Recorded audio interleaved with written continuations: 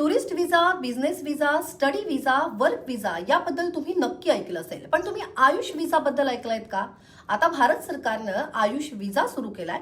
आता आयुष विजा म्हणजे नेमकं काय?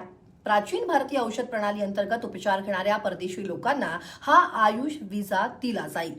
आयुर्वेद, योग, निसर्गोपचार, युनानी, सिद्ध आणि होमिओपॅथी अंतर्गत उपचार घेणाऱ्यांसाठी हा विजा देण्यात येणार आहे. त्याचबरोबर आयुष विजासाठी तुम्हाला थेट अर्ज देखील करता येणार आहे.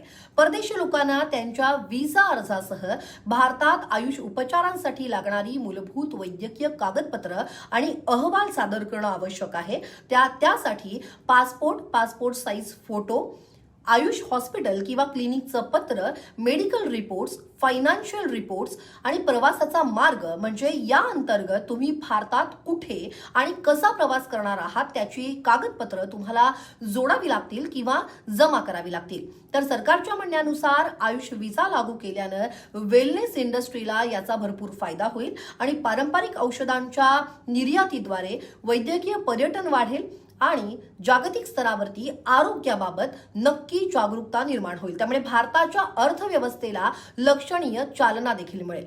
ही माहिती तुम्हाला कशी वाटली त्याबद्दल कमेंटमध्ये सांगायला विसरू नका आणि हा व्हिडिओ जास्तीत जास्त शेअर करा.